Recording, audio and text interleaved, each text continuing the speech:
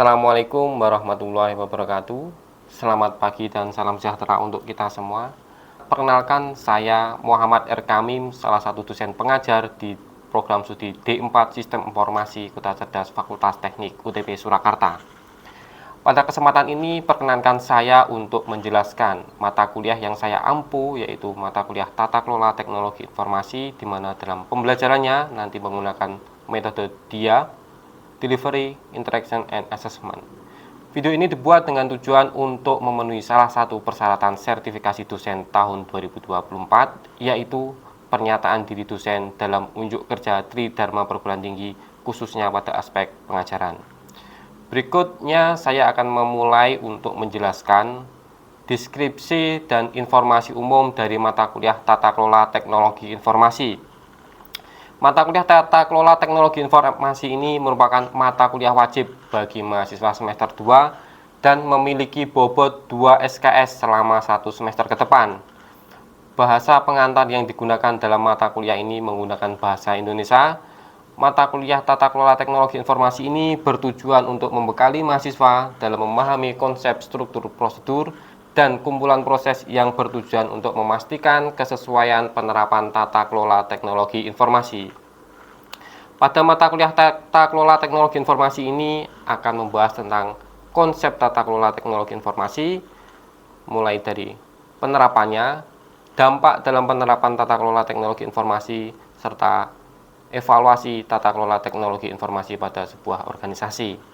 Berikutnya, capaian pembelajaran mata kuliah program studi D4 Sistem Informasi Kota Cerdas yang dibebankan pada mata kuliah ini, yaitu dari sikap, taat hukum, dan disiplin dalam kehidupan bermasyarakat dan bernegara. Berikutnya dari pengetahuan, menguasai konsep teoritis yang mengkaji penerapan dan pengembangan, serta mampu memformulasikan dan mampu mengambil keputusan yang tepat dalam menyelesaikan masalah. Untuk keterampilan umum, mampu memelihara dan mengembangkan jaringan kerjasama dan hasil kerjasama di dalam maupun di luar lembaganya. Berikutnya untuk keterampilan khusus, mampu menjelaskan komponen organisasi, teknologi, manusia dari sistem informasi. Berikutnya capaian pembelajaran mata kuliah atau CPMK pada akhir perkuliahan ini yang diharapkan. Yang pertama, mahasiswa mampu menjelaskan konsep tata kelola teknologi informasi pada perusahaan. Yang kedua, mahasiswa mampu memberikan contoh penerapan tata kelola teknologi informasi dengan sebuah kerangka kerja. Yang ketiga, mahasiswa mampu menjelaskan dampak tata kelola teknologi informasi terhadap keselarasan bisnis teknologi informasi. Yang keempat, mahasiswa mampu menjelaskan evaluasi penerapan tata kelola teknologi informasi sesuai dengan penggunaan framework yang sesuai dengan organisasi. Adapun referensi yang digunakan dalam proses pembelajaran atau mata kuliah ini yaitu beragam. Satu, ada e-book Government and Management. Yang kedua, menggunakan e-book Auditing Information System. Yang ketiga, menggunakan e-book Konsep Dasar Tata Kelola Teknologi Informasi, di mana sistem pembelajaran pada mata kuliah ini dilaksanakan dengan sinkronus dan asinkronus. Metode pembelajaran aktif yang mengutamakan peran keaktifan mahasiswa dalam proses pembelajaran yaitu pembelajaran kolaboratif, diskusi kelompok, dan penugasan melalui LMS e-Learning UTP Surakarta. Pembelajaran mata kuliah Tata Kelola Teknologi Informasi ini dilakukan selama 16 minggu, di mana 7 minggu pertama sebelum UTS dan dilanjutkan dengan minggu UTS, dan yang berikutnya 7 minggu sebelum UAS, dan yang terakhir minggu UAS. Evaluasi mata kuliah Tata Kelola Teknologi Informasi ini didapatkan dari kuis interaktif, penugasan, diskusi kelompok, UTS, dan UAS. Kuis interaktif dilakukan sebanyak 4 kali, penugasan secara mandiri atau kelompok 6 kali, diskusi kelompok sesuai dengan kriteria penilaian pada rubrik. Berikutnya ada UTS, dan yang terakhir ada UAS studi kasus setiap kelompok. Adapun bobot penilaian yaitu kuis dengan bobot 20%, penugasan dengan bobot 30%, diskusi kelompok dengan bobot 10%, UTS dengan bobot 20%, dan UAS dengan bobot 20%. Jadi dengan total penilaian bobot 100%. Demikian yang bisa saya sampaikan mengenai mata kuliah Tata Kelola Teknologi Informasi untuk mahasiswa D4 Sistem Informasi Kota Cerdas Fakultas Teknik Universitas Tunas Pembangunan Surakarta. Berikut proses cuplikan dan proses pembelajaran yang saya laksanakan secara tatap muka di kelas. Selamat menyaksikan. Selamat siang. Oke, sudah makan siang hari ini? Sudah. Kenyang atau cukup? Cukup, alhamdulillah, gitu ya. Hari ini di pertemuan kedua, gitu ya. Sesuai hasil dari pertemuan pertama kontrak kemarin, ya kita hari ini akan membahas tentang tata kelola teknologi informasi, gitu ya. Oke, sebelumnya saya mau buka dulu pada acara sebelum perkuliahan hari ini. Kita buka sebelumnya. Assalamualaikum warahmatullahi wabarakatuh. Waalaikumsalam warahmatullahi wabarakatuh. Oke, terima kasih. Tentunya sebelum kita memulai perkuliahan, kita berdoa dulu semoga perkuliahan kita hari ini membawa keberkahan untuk kita semua, gitu ya. Berdoa menurut agama dan keyakinan masing-masing, dipersilahkan. Oke, berdoa selesai. Terima kasih sebelumnya ya. Hari ini kita akan membahas tema tata kelola teknologi informasi. Ada yang punya gambaran tata kelola itu apa, gitu ya? Ada? Kalau nggak ada, oke. Kita lanjut dulu. Kita biar tahu gambarannya tata kelola itu apa. Oke, di mana nanti di dalam perkuliahan tata kelola ini kita akan membahas 6 poin. Apa aja? Mulai dari latar belakangnya, kenapa tata kelola itu penting, gitu ya. Terus yang berikutnya pengertian tata kelola sendiri, gitu ya. Terus yang berikutnya atau yang ketiga tujuan daripada tata kelola. Dan yang berikutnya yaitu domain tata kelola.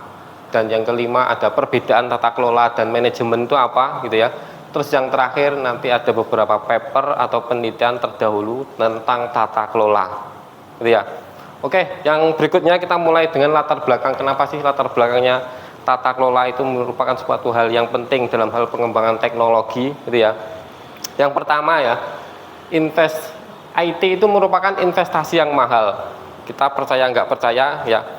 Kita pernah berkunjung kan ke PT BST contohnya, gitu ya. Seberapa mahalnya teknologi yang disisipkan di situ, padahal mereka hanya bisnis di bidang transportasi, gitu ya.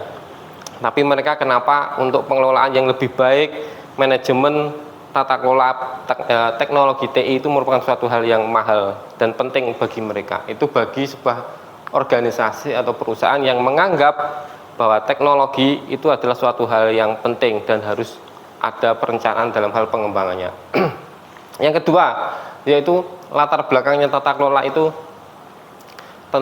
tentang penggunaan IT di dalam sebuah organisasi semakin meluas, gitu ya. Contohnya apa?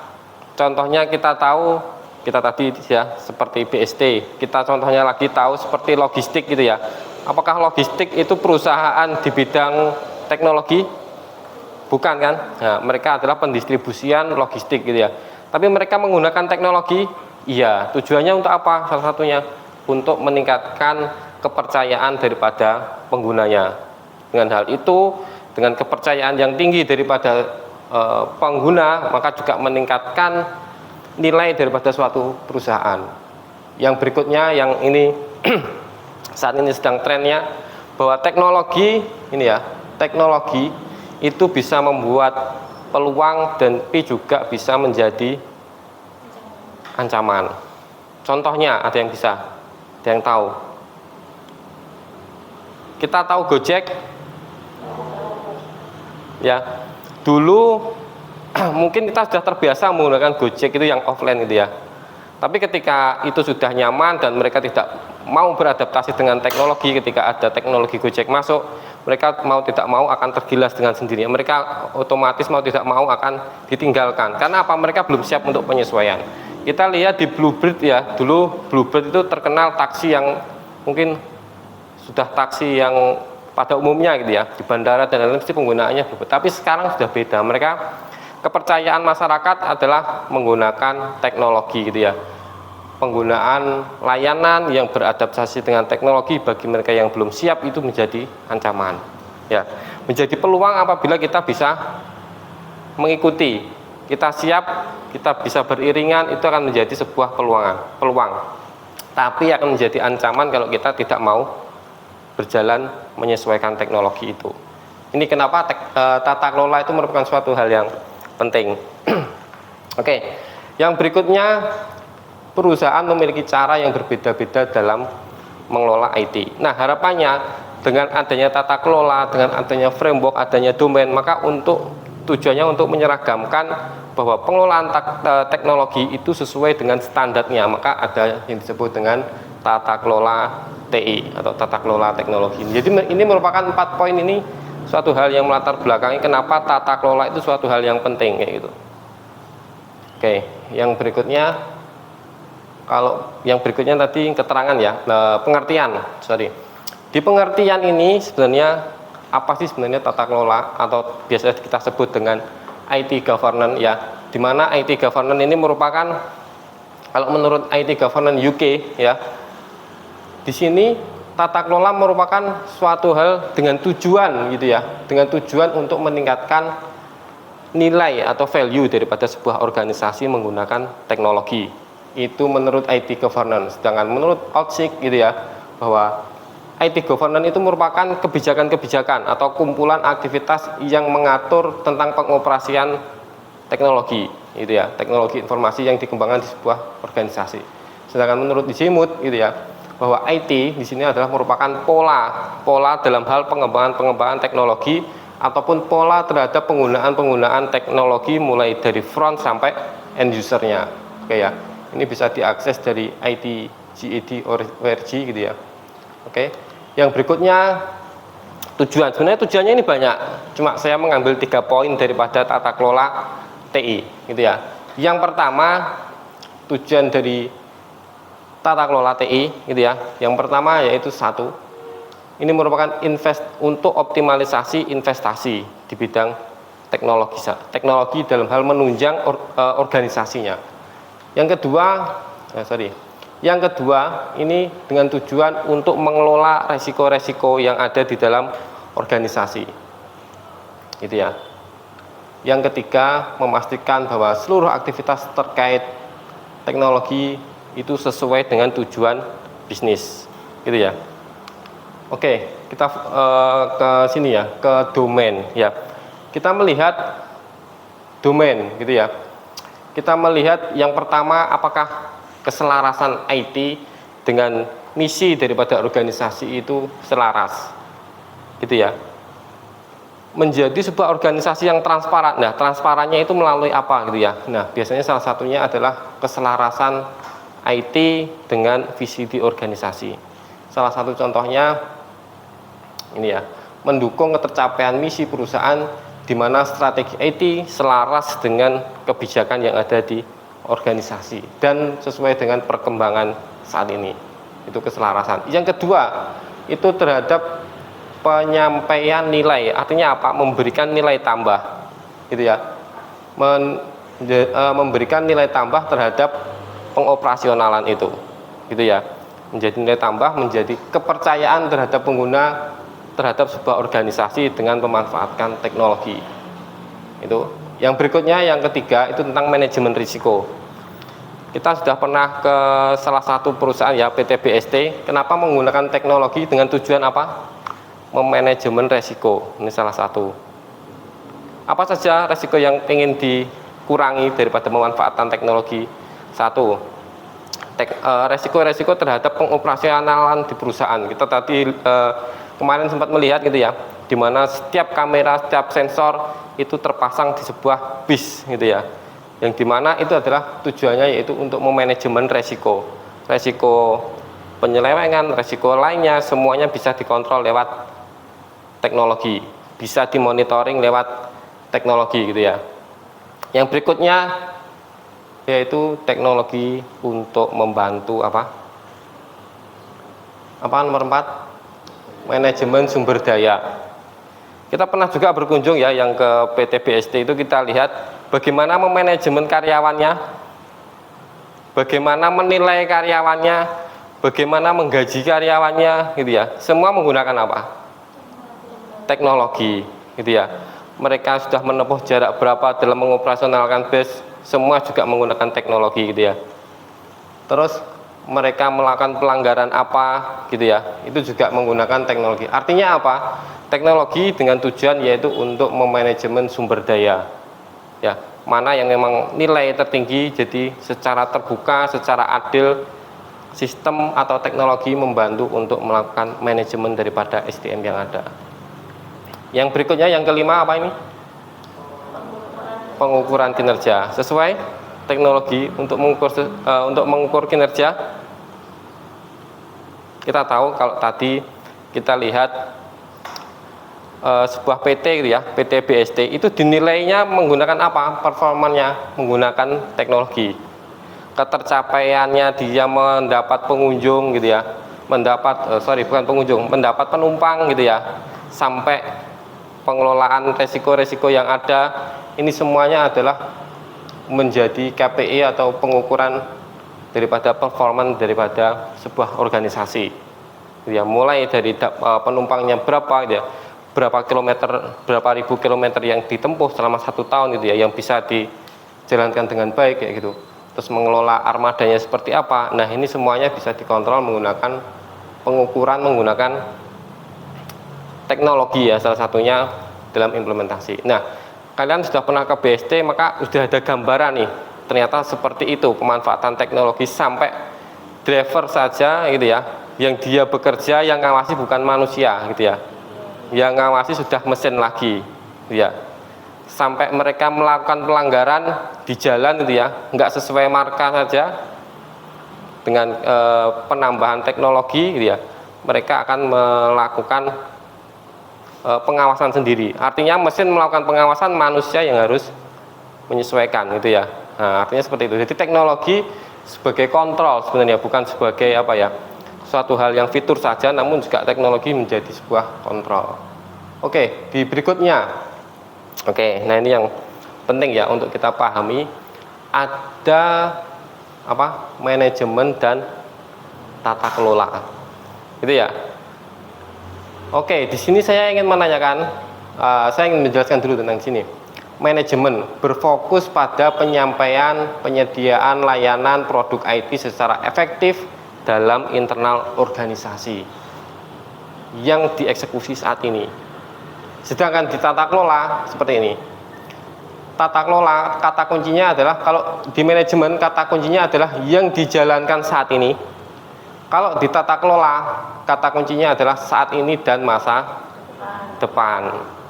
Artinya apa, Mbak Yuli? Kalau manajemen TI itu lebih ke pengelolaan operasional dalam tata kelola Ya. yang dikerjakan.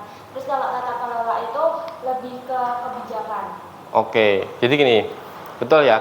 Kalau di manajemen itu pengoperasionalan, manajemen armada, berarti kan pengelolaan armada. Manajemen SDM berarti dia ngelola SDM saat ini, dijalankan saat ini untuk membantu operasional sebuah organisasi. Sedangkan tata kelola beda. Kalau tata kelola ini bedanya di mana? Kalau tata kelola adalah rencana jangka panjang, gitu ya. Manajemen ini dijalankan untuk menuju ke tata kelola, gitu ya. Jadi manajemen TI, manajemen yang bagus dengan tujuan yaitu ke tata kelola TI yang bagus. Jadi tata kelola ini merupakan sebuah impian, sebuah rencana, sedangkan ini adalah tindakan yang dilakukan untuk menuju ke impian. Ini rencana strategisnya di sini adalah pengelolaan saat ini. Jadi manajemen adalah operasionalnya ya, untuk membantu operasional, proses operasional yang ada di sebuah organisasi disebut manajemen. Sedangkan tata kelola adalah proses untuk perencanaan jangka panjang sesuai dengan rencana strategis yang ada di organisasi. Oke, yang di sini berikutnya ada paper di bidang tata kelola. Paper ini berarti kan penelitian terdahulu, gitu ya. Kita lihat para peneliti-peneliti terdahulu tentang, ada judul yang unik di sini dengan judul IT Governance on One Page. Artinya apa? Pengelolaan tata kelola IT hanya dalam satu lembar, gitu ya. Unik kan? Nah, seperti itu. Di dalamnya ternyata apa? Di dalam mengukur sebuah performan daripada sebuah organisasi atau perusahaan dengan menggunakan penilaian-penilaian, kriteria-kriteria yang mungkin masih kriteria ringan ya, tapi bisa menghasilkan atau bisa melaporkan, memberikan informasi tentang performa sebuah organisasi. Seperti apa? Kita lihat. Oke, seperti ini. Jadi di IT Governance on One Page ini ya, ini dia menemukan atau membuat sebuah akses atau penilaian di dalam tata kelola IT performan untuk mengetahui performan daripada tata kelola IT dengan apa aja, dengan ada 4 poin gitu ya, dan masing-masing nanti ada kriteria, dan nanti di dalam penelitian ini sudah dijabarkan bagaimana pengukurannya. Di dalam penelitian ini ada indikator 1, cost efektif yang digunakan dalam penggunaan IT.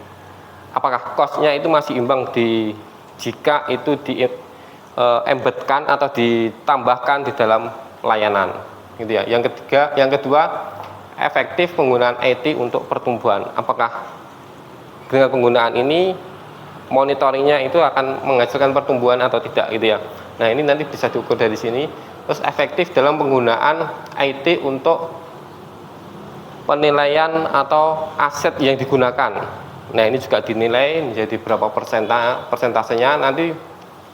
Oke, yang berikutnya efektivitas penggunaan IT untuk fleksibilitas bisnis. Apakah dengan IT itu malah lebih fleksibel atau malah kaku gitu ya? Kaku bagi yang pengguna tapi fleksibel bagi pengelola. Gitu ya. Gitu.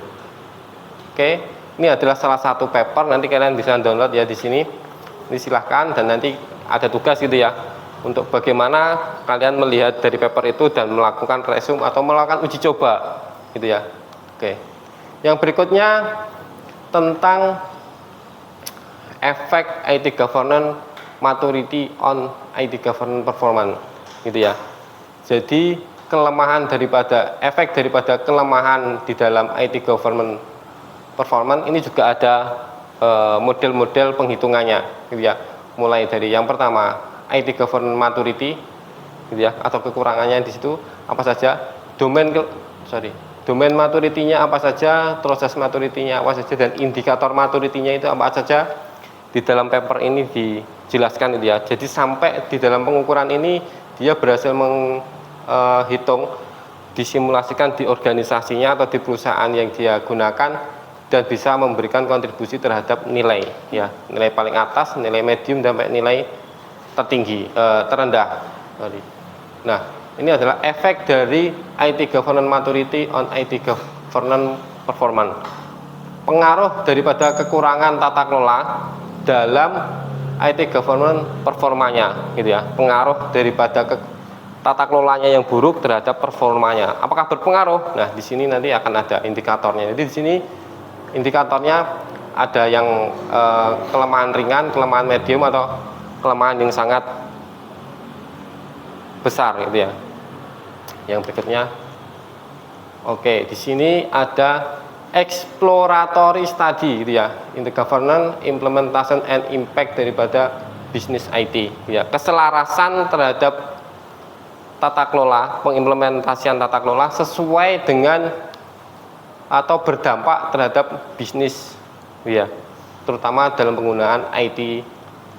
Keselarasan teknologi dalam hal bisnis di organisasi, apakah keselarasannya ini sesuai, bisa menunjang organisasi dalam hal pengembangan bisnis atau malah mempersulit, seperti itu. Ini adalah di sini ada contoh, beberapa contoh.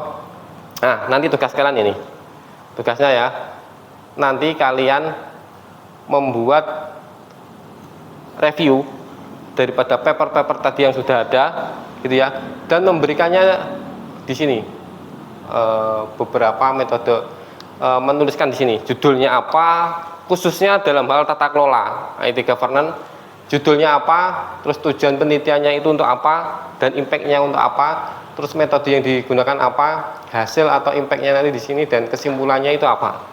Nah, kalian mencari 5 paper seperti contoh yang ada di saya contohkan sebelumnya ya. Nanti kalian kumpulkan tuh besok ya. Besok pukul 2359 ya. Kumpulkannya di mana? Di e-learning dengan penamaan tugas nanti adalah NIM, nama, dan tugas ke-1 gitu ya. Nah, nanti silahkan buat review seperti ini template-nya. Ada yang mau ditanyakan dulu? Iya, gimana Mbak? Kan ada hubungan antara manajemen sama tata kelola. Iya.